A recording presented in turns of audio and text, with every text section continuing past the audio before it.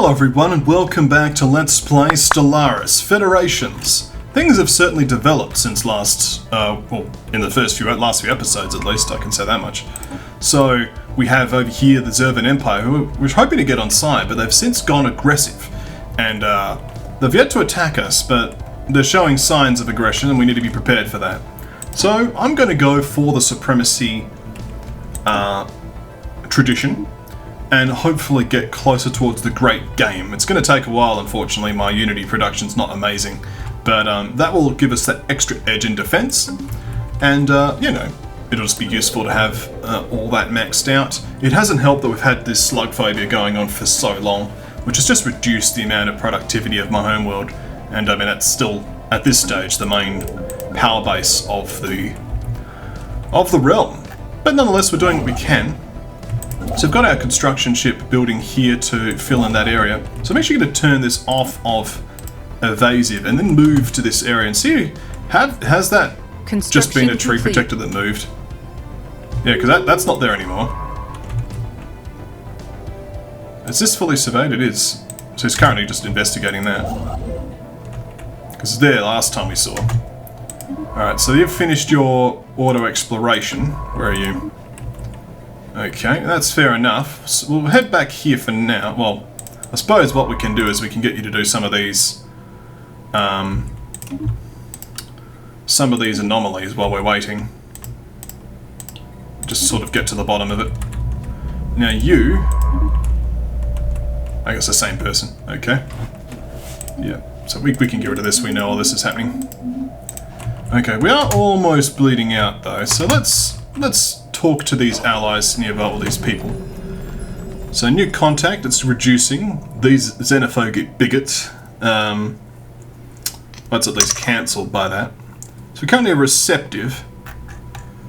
We currently have all of our envoys currently working over there on these guys.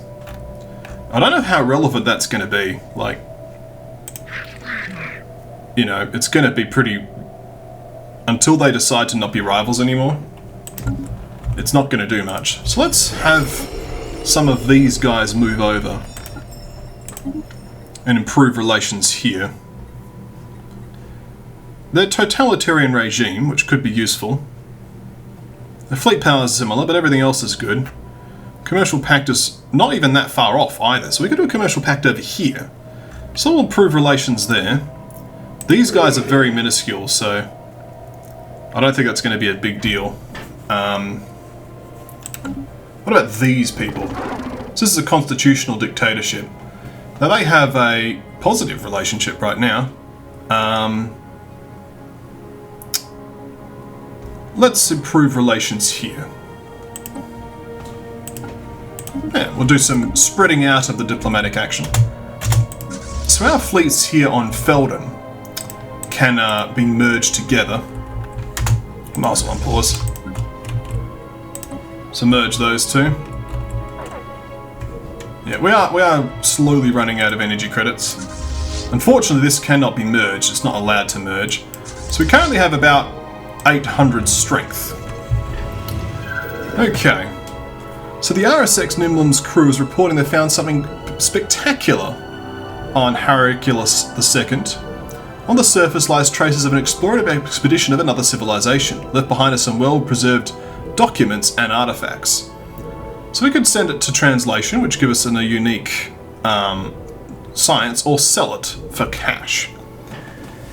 And normally I'm like, you know what, it is research, but we kind of need both of those resources exactly, so I'm going to sell it off. It's not normally what I'd go for, but more anomalies have been found. An abandoned life pod was detected in close range of Roganine 2. It's covered in scorch marks, presumably from when the pod's mothership exploded, and preliminary scans suggest it was built more than 5,000 years ago. The crew of the RSX Salav managed to open the pod, revealing the withered remains of a reptilian alien clad in a resplendent uniform. Clutched in one of its claws is a small picture of another individual of the same race, possibly a mate or revered leader. Interesting. Get some points. So at least we'll have our fleets together now. It's not quite enough to deal with these tree things, but they have been wandering off, so that's something. Like, this is now not a problem anymore. So we can build a starbase here. So we could possibly even finish this thing off, the tree research, because these guardians have left. So that could be cool. While you're here, might as well build a research station. Let's see, so Kajam is upgrading over here. Desperate measures. The science team managed to get the alien digital archives up and running. They exclusively contained arbitrary logs, which require some liberal interpretation. The phrase Mindwipe Initiative occurs frequently throughout the logs, and appears to be the specific focus of research at this location. Apparently the benefactors developed the technology by which they could manipulate the effectiveness of mental faculties, but for how, for what purpose remains unknown. Let's keep investigating. Okay. So we currently have a bit more money, which is useful. Don't have a lot of alloys. So like I sort of have to choose between dealing with these things or dealing with other stuff, but we'll see what we can do. Well, what we'll do for now is we'll add on a few more corvettes. So we'll dock for now, and then go to Fleet Manager and add a few more corvettes to the fleet, and we'll reinforce. Okay, and over here, oh, just continue. Okay, those scans have revealed the cause of Heradricus 4's odd mineral composition, or thorough scan, sorry. The moon is the crash site of dozens of massive spaceships, larger than anything we could ever imagined. Their construction sites date back several million years. The materials will surely come in handy. Spaceship graveyard for alloys, useful. At least we get to see what's going on here. This is fairly safe expansion territory. So, geothermal. The measured pounding observed from orbit is the motion of immense and ancient geothermal extractors breathing their last. Built and then abandoned at some point in the distant past, the vast batteries of disintegrating machinery have been pumping up superheated fluids from the planet's core ever since. The storage capacitors are all broken or leaking, but some energy can still be siphoned from them. Oh, 1,000 credits. Don't mind if I do. My goodness. So, construction complete. Can we have a commercial agreement with these people? Base minus 50. Let's improve relations again. I want to get the trade agreement going to somebody. Okay. Science Division reports a new breakthrough. Nanite crystal lattices. Detailed analysis of the enormous metallic crystals dominating Heradricus 5's landscape have defied all expectations. Science Officer Gayuni is excited to reveal these oversized crystals are in fact trillions upon trillions of deactivated nanites. Their molecular structure matches no known empire's nanotechnology signatures, making their point of origin indeterminable. They may have been deposited on the planet by some unknown spacefarers for an unknown purpose. As far as Gayuni can tell, the nanites compiled themselves into perfectly oriented crystalline lattices and replicated until a point at which they became deactivated. While the crystals that created do in fact resemble buildings, they are completely uniform in composition and cannot possibly have served any such purpose. Disconcerting.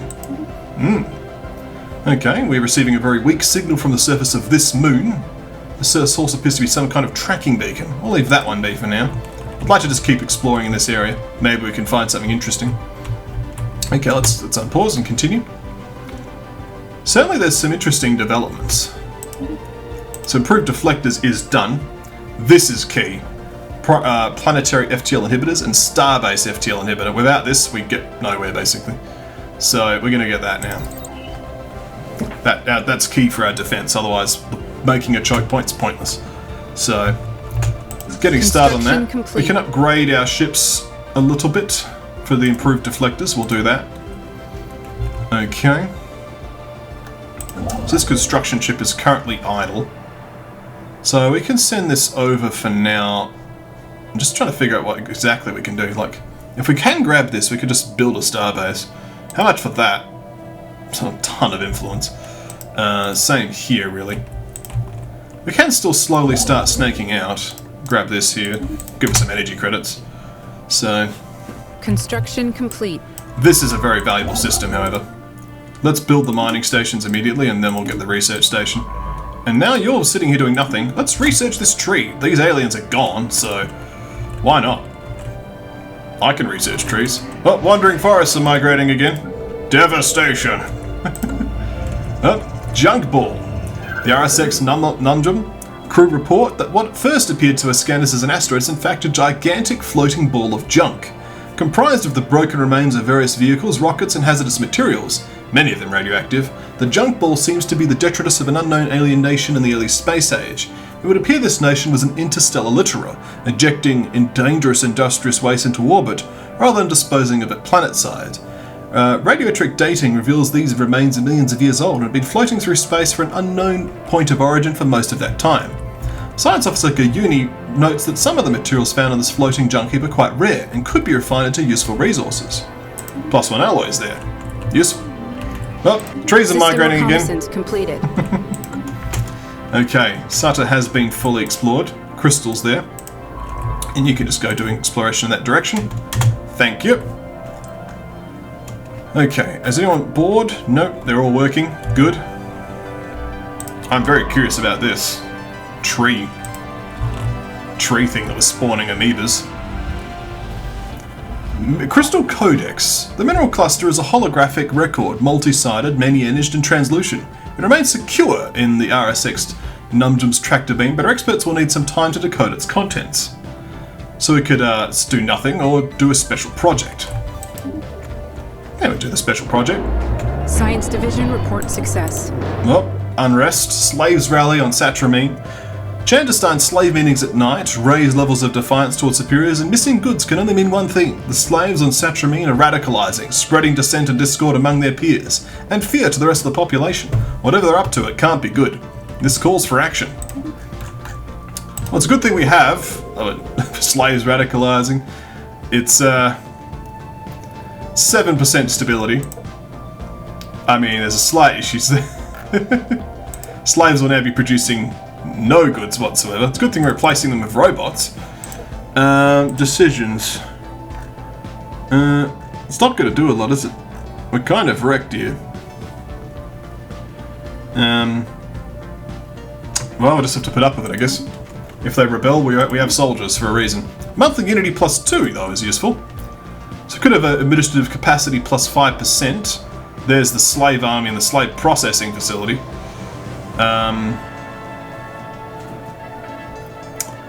Naval capacity from soldier jobs +2. Offshore trading company could be useful for later. Let's get the adaptive bureaucracy for an increase in our administrative capacity. That seems like a good idea. So here we've got some unemployment. Here we've got some stability problems. Special project complete. Okay. After vigorous research, we now understand why the tree sap summoned those creatures. The tree is able to produce a highly nutritious substance, which has machine-like abilities to repair organic tissue. The tree is a tree of life. It reminds me of Pokemon Mystery Dungeon. Super Mystery Dungeon, eh? If we harvested it, we could use it to expand the lifespan of our people. But there's one problem. The tree's healing power is limited in amount. We could only use it to improve a small group of people's life substantially, or increase everyone's situation by a small amount. We give it to our leaders, which would include leader lifespan plus 15 years, give it to the people for everyone getting plus 5% happiness, or let the tree drift along. Shared elixir of life, excluded elixir of life. Well, if I'm being appropriate to the theming of my faction, which is that the winners win, the losers lose, I'm going to go for excluding the elixir of life because that's what they would do. If you want some, you need to win the Cradle of Champions. Let's have a look here, shall we? Diminished capabilities. Excavation Aliso 3 has revealed a number of fossils clearly related to the bowl, but curiously, these specimens appear to have diminished neurological organs required for subspace FAPS communication, that is to say, the ability to communicate neurologically over great distances, a faculty unique to hive minds. What definitive causes may have precipitated this evolutionary swing are unknown, and they'll be remiss to assume the Gunner invasion was unrelated. Further investigation is warranted. Curious. I'll keep working away. I am very curious to see what's going on there. So we now have Rubricator hints. Okay. Here, apparently. At the coordinates of the Rubricator's last known location, we have discovered a habitable planet of what we believe may be some form of settlement, covering a large portion of its surface. The settlement consists of small pile-like towers, visible all the way from space. Our archaeologists are eager to excavate in search of the Rubricator. Start digging. So before I get to this is a relic world. This could be interesting. We want this. We want it bad. Construction ships. You're building that starbase. Well, I've got a more important job for you. Build this starbase, which we currently can't do. We build this starbase, we can block them off. Get that starbase and we don't have to worry about it. I want this. Rubricator is cool, and relic worlds are cool. So, let's now build a thing here. Like this. Robotic assembly plant. That can't possibly go wrong. Okay, over here we have this science ship here, which has finished the elixir of life. We can now research these anomalies. It's nice we didn't actually have to worry about these, they just left. So for now we can just leave these guys docked, I guess, or do a little bit of patrolling action again. Yeah, we can do that. A small celestial object with pronounced gaseous and particulate trails was recently observed in the Felder system. Its passing was uneventful, but it's a good omen. And of course, the kleptomaniac rats dig site here. The planet has just inbound message traffic. Never mind. Well, we'll read this. Well, we'll have to read it now. We believe the KonfluxGames and the Kroll Nation are much to offer one another. We suggest entering into a mutually beneficial commercial pact. I agree. I wanted that, and I asked me for it first. So I'll deal with that in a moment. This planet has just played host to a mammalian society of compulsive gatherers and hoarders. The labyrinthine city is filled with junk. Their towering ramshackle buildings pieced together from scraps of repurposed materials. As far as the eye can see are mountains of knickknacks, ornaments and artifacts. The tiny rat-like inhabitants did not produce any goods of their own, but were proficient spacefarers who likely pilfered the things they needed, as well as the whole things they did not need from other alien cultures. So we will be investigating this should we get control of the system. It does appear likely if we can do that. So the Sigian Corporation apparently has tried to do shenanigans. Apparently I've got a CB against them now. Well, I have a CB on them. Why is this CB? Seize assets. War is waged to seize control over the branch offices. Did they build a branch office on my system? I don't know. I don't think we can actually build them on megacorp places. However, now that we have access through branch offices, we can go, okay. What's your homeworld? Your homeworld is this. Vatket, it's a desert world. This does not appear to be your main system. It should be here, actually. There it is. Corporate. Okay, so these guys have actually beat me to it here. So that's probably what that CB's about. What about over in another place? That's still being colonized. That's got one person on it. Let's have another look around. Over here we have the Gaia world. That seems like a good place to establish a branch office. Don't mind if I do. Cool. The current trade value apparently is not going to generate much, but because this world apparently, it's only got 2 people living on it, that's why. What about over here in Bussum? That's still being colonized, so they're still just doing their initial expansion, really, but do I have another planet in the system? Not really. So, what about over here? Okay, so it's also just being colonized. They're pretty slow about their colonization, it's got to be said, but could just make the call to be like, okay, we'll just go here and we'll see what happens. Well, we'll go for it. Because I want to. It's fun. So we've now established a branch office. And when they grow, we'll be able to get more buildings. And it is a pretty powerful planet, so it will grow quickly. But branch offices are just fun. So I probably rushed a bit too quickly for it, but hey, we'll manage.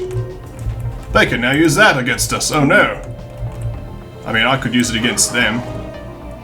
Apparently I have equivalent fleet power, but believe that when I see it. Automated shipyard. While conducting their survey of Tissium 1A, the RSX Nubjum detected the remains of an automated shipyard in orbit. It's at least 1,000 years old. It appears to be subjected to a heavy missile barrage, but one of its manufacturing bases is in working condition. She's confident that power could be restored to the shipyard, but it would be a significant project. Okay. Now this one, I believe, you need a construction ship to do it. Yeah. So we'll have to get this guy down there. So, puzzling polygon. The RSX Cialv crew has discovered the reflective polygonal object. Bring it on board for detailed study. The object's most intriguing quality is its ability to reflect most kinds of low-frequency energy beams directed towards it. High-frequency energy beams, however, remain unaffected, making the object's properties useless with regards to many potential fleet defense applications. Despite extensive examination, the RSX Cialv team has been unable to determine the functional origin of this particular polygon. It appears to be hollow, but its metalloid surface is engraved with some kind of scientific notation. Though the full meaning of this codified data eludes us, the scientist believes it relates to wormhole metrics. Our research team was able to glean some fascinating insights into wormhole theory by studying these notations. Whatever purpose this object was created for, however, is still a mystery. Disconcerting. We'll continue our System investigations. Completed. So we have finished our digging here. So the choice ultimately is, are we just going to try and cut this off? Or are we going to just beeline for that one system and have it isolated? Hard to say. At least, well, money's still bleeding out, but for some reason, someone has towed an asteroid into stable orbit around Rabinok 3. The massive engine sections and braking thrusters can still be found on the surface, although have long since been rendered inoperable. Whoever did this also mined the planet for minerals, but these operations are seemingly abandoned shortly after they begun. Interesting. So with how unproductive this planet is, it's really tempting just to sort of ship people off-world and just build a few districts elsewhere and have some mining here instead. It's a thought. At any rate, though, thank you for watching. Well, hang on. We do have an event. Let's read this out first. Crescendo!